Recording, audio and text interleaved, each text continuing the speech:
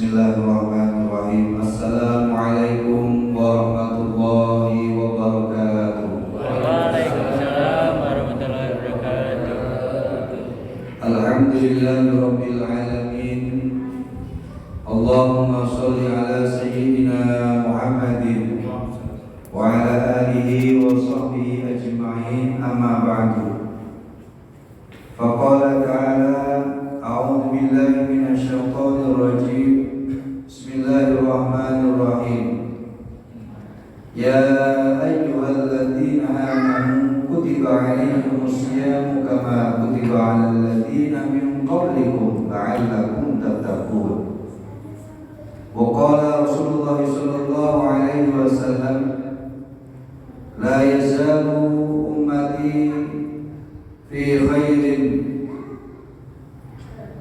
idza ma ajilul fitra wa ta'khirus sahur.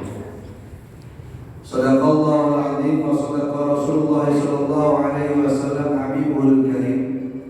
Wa nahnu ala dzalika minasy syahidin wa syakirin walhamdulillahi rabbil alamin.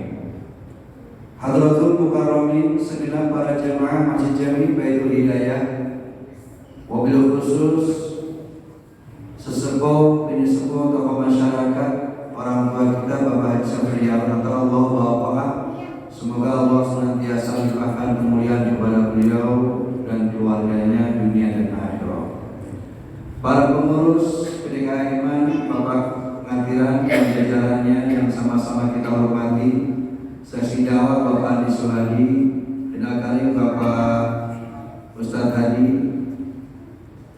Bapak Teddy, Bapak Tri, segenap para bapak-bapak yang hadir pada kesempatan sore hari ini, begitupun para adik-adik, remaja-remaji, putra dan putri, soleh dan solehah yang alhamdulillah bisa bergabung dalam majlis ini di masjid kita ini. Mudah-mudahan semua yang hadir di sini dan yang sama-sama kita hormati, khususnya ibu-ibu kita panitia penyelenggara acara setiap menjelang buka, yang mohon maaf walaupun tidak ada di ruang utama, insya Allah karena mereka lah pun pula kegiatan ini bisa berjalan dengan lancar.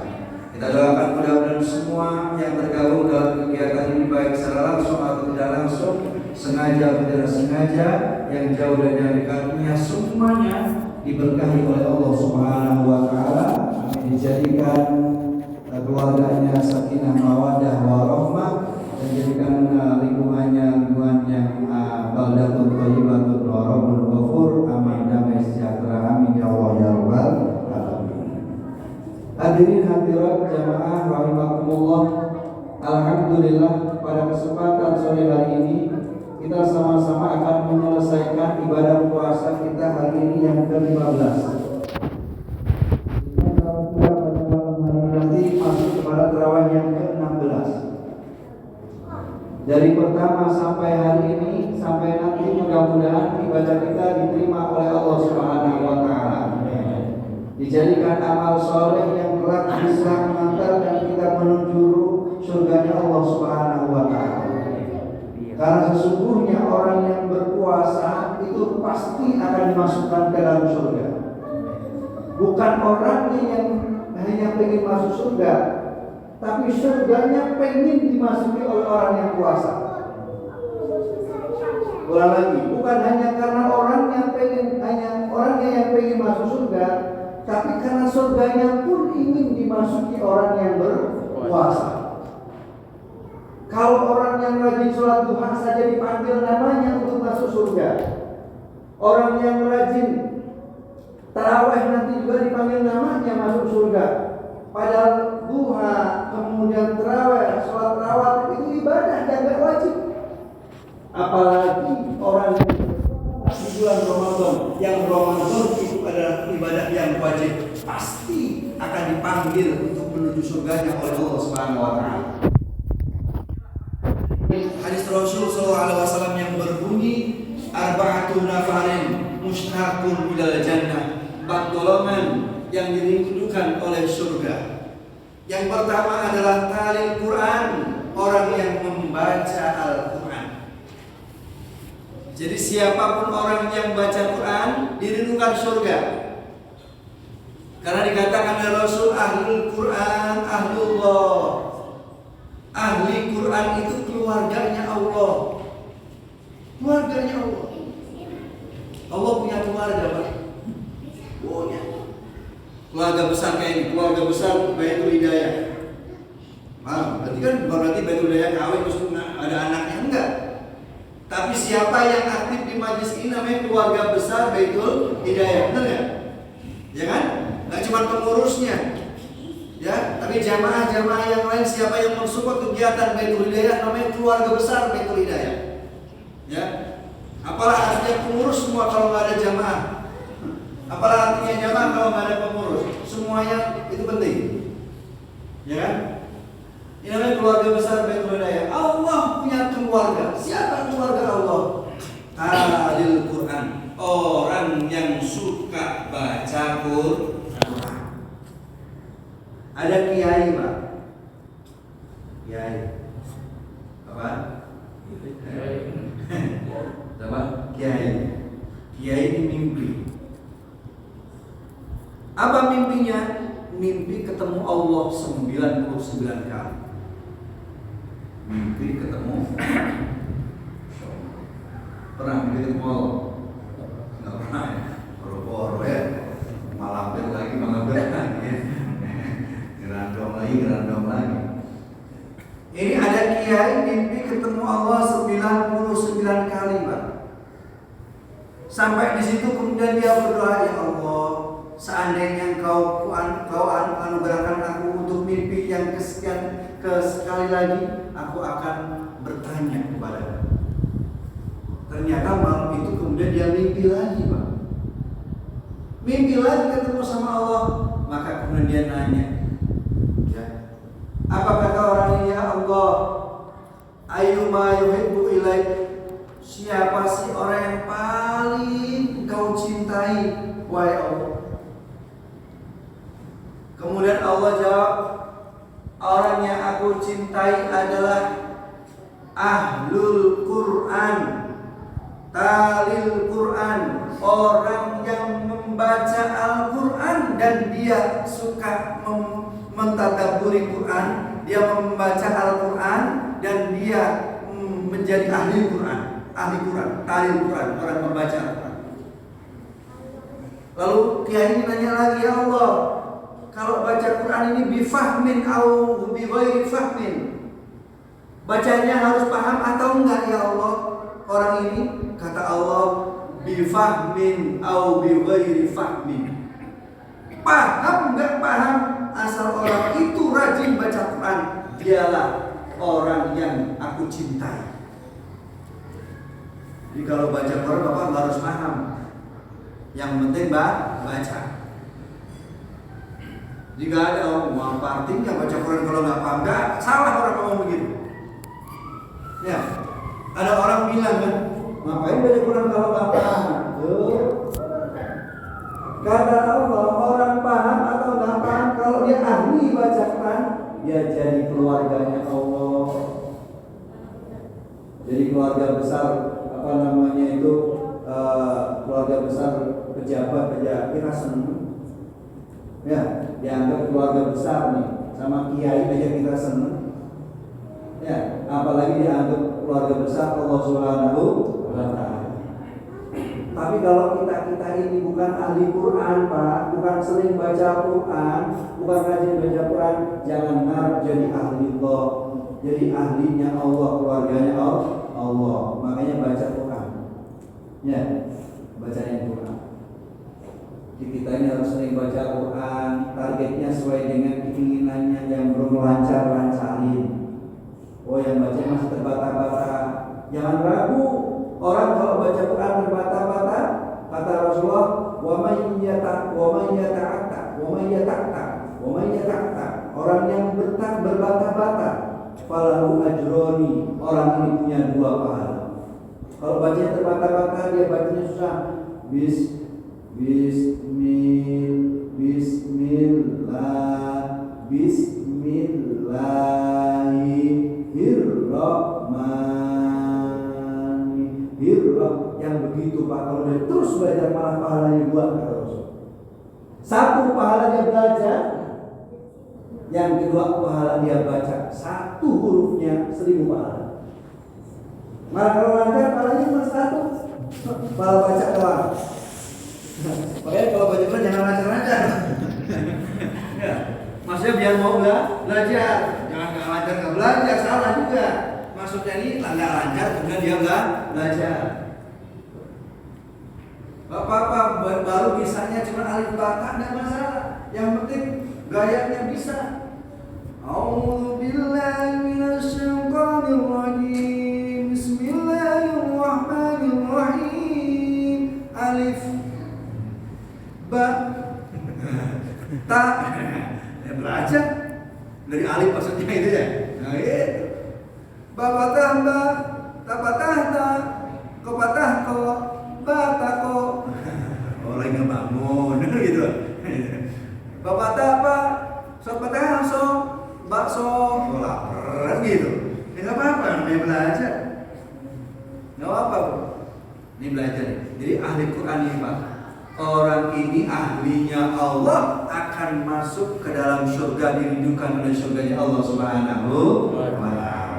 Ya. Tapi kalau ada orang udah nggak bisa, dia nggak mau belajar, malah ngomongin orang yang baca Al-Quran, hati-hati. Ya, hati-hati. Kata Nadham, wa khaba man tajannaba alaihi la'natul Quran. Maka rugi dan rugi orang yang menjauh dari Al-Quran. Ada orang baca Quran malah diomongin, ada orang baca Quran diomelin, orang baca Quran disindir-sindirin. Malah dia nggak pernah baca Quran, malah senangnya ngomongin orang baca Quran. Apa kata syair? Khaba man tajannaba alaihi la'natul Quran. Orang ini akan mendapatkan laknatnya Al-Quran. Ya, malah dapat laknat Quran. Ya, Quran itu Pak bisa mensyafaati, bisa melaknat. Nanti di akhirat yang bisa mensyafaat secara langsung ada 2 Pak. Satu Nabi Muhammad, yang kedua Al-Quran. Ya. Ini kalau diterangin panjang nih. Itu satu dulu Quran. Jadi orang yang baca Quran itu dirindukan oleh surga. Makanya yuk rajin baca Quran. Anak yang belum bisa baca Quran suruh ngaji Quran dan ngaji yang lainnya. Ya, ngaji Quran dulu biar benar dulu ngajinya. Apalagi bapak bisa ngajar anak sendiri, masya Allah, itu pahalanya tuh blok bapak semuanya. Ya, anak diajarin, ayo nak baca Bismillahirrahmanirrahim. Kepanjangan. Panjang aja, sedang diajarin. Ya, ini nanti orang tua begini akan bahagia. Ya, yang kedua yang dirindukan surga hafidhil lisan, orang yang menjaga lisan. Ini Rasul itu luar biasa. Yang pertama talil Quran, yang kedua hafidhil lisan. Yang pertama orang yang ahli baca Quran, yang kedua adalah orang yang mampu menjaga lisannya. Artinya runtut bener pasti dong. Orang yang kalau rajin Quran pasti bisa menjaga lisan. Cuma prakteknya mah kita mah yang mana yang rajin? Kira-kira rajin baca Quran apa rajin ngomong? Rajin ngomong apa rajin baca Quran? Rajin ngomong. Sekarang mau rajin Quran ya. Ini udah hakam ya. Belum rajin itu belum ya. Ada yang hatam ya? Ada yang hatam. Malah teman saya yang udah hatam 3 kali. Luar biasa. Ya. Ini bulan bukan. Orang yang menjaga lisannya kata Rasul, ya. Orang yang mampu menjaga 2 ma baina lihaihi wa ma baina fakhdaihi. Siapa orang yang mampu menjaga antara 2 tulang apa namanya? Rahangnya, antara 2 rahangnya yaitu mulut. Dan siapa yang mampu bisa menjaga antara 2 pahanya? Satu menjaga antara tulang rahangnya yaitu mulut, yang kedua menjaga antara 2 pahanya yaitu perkutut. Ada namanya. Satu mulut, satu perkutut gitu ya. Nah, menjaga kehormatannya, maka orang ini wajib masuk surga. Ini hati-hati mulut kita. Sekarang bahkan godaan di akhir zaman ini di era milenial yang kita jaga gak cuma mulut kita, tangan kita nih. Sebab tangan ini kadang-kadang salah klik. Kalau salah klik gak dosa Pak. Kalau bener klik dosa. Ya, pas klik katanya keluar ini nenek. Nah, dosa nih. Tapi gak mungkin salah, sengaja. Oh, dilihat chatnya namanya perempuan semua. Oh, hati-hati ya. Sekarang di dunia smart ini, di dunia cerdas itu, ya apa sih yang nggak ada di handphone kita Pak? Bapak nyari apa aja ada. Al-Quran terjemahan berapa bahasa pun ada. Ayo, dari terjemahan Quran terjemah Spanyol ada. Ya, semua Inggris, Prancis, Jerman, Cina, semua ada. Nyari yang nggak bener pun semuanya ada.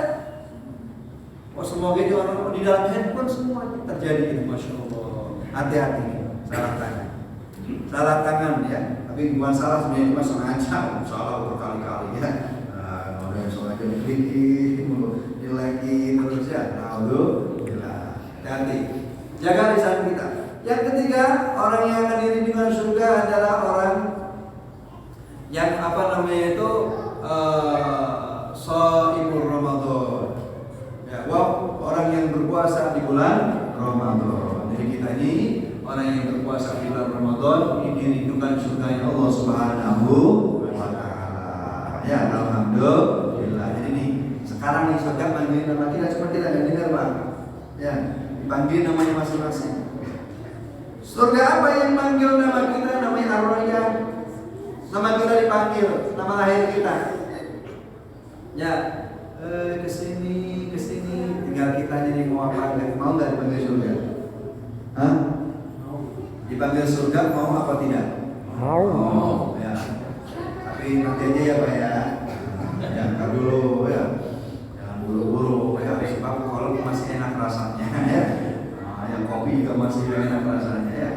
Masya Allah. Ini surga. Namanya surga Ar-Rayyan. Surga untuk orang yang berpuasa adalah Ar-Rayyan. Bahkan dan nanti di hari kiamat ada dua kisah yang luar biasa ini berbanding. Yang satu orang yang puasa, yang dia dulu berpuasa Ramadan tapi masih maksiat. Ketika orang ini akan dimasukkan dalam neraka, Allah bilang, hei malaikat, kau kemanakan ini hambaku? Neraka ya Allah. Kenapa? Amalnya banyak buruknya ya Allah. Orang fasik banyak dulu amal keburukannya. Dihitung-hitung wilayahnya masuk neraka. Apa kata Allah? Malaikat, aku tahu dalam amalan itu ada catatan. Dulu ketika dia hidup, dia tahan kerongkongannya sampai kering, haus menahan, dia tahan. Dia tahan perutnya sampai melipat ususnya. Dia kosongkan perutnya, lapar. Itu semua puasa karenaku. Karena dia pernah berpuasa Ramadan karenaku. Hei, orang begini malaikat, aku nggak terima kalau kau masukkan ke dalam neraka. Pindah sekarang masukkan ke dalam surga. Akhirnya orang ini masuk dalam surga. Satu lagi, ada orang yang oleh malaikat belum sampai ke neraka. Udah dicampur sama malaikat. Dicampur orang ini. Meraung-raung. Dia kemudian minta tolong. Isfa'ni ya Rasulullah. Nyari dari Muhammad. Padahal dia masih di mahsyar. Isfa'ni ya Rasulullah. Isfa'ni ya Rasulullah. Orang ini kemudian mencari dari Rasul sampai dia melihat Nabi Muhammad, kelihatan sama dia. Lalu dia memegang jubah Nabi Muhammad dipegang. Dia menangis, dipukul lagi sama malaikat dengan cambuknya. Isfa'ni ya Rasulullah. Isfa'ni ya Rasulullah. Rasul kesian dan umatnya. Ini umatnya. Rasul kemudian angkat tangan berdoa. Tapi ketika Rasul baru angkat tangan, malaikat berkata, ya Rasulullah, jangan kau teruskan doamu. Kulihat dalam catatannya orang ini dulu ketika hidup tidak mau puasa Ramadan. Ada itu? Assalamualaikum warahmatullahi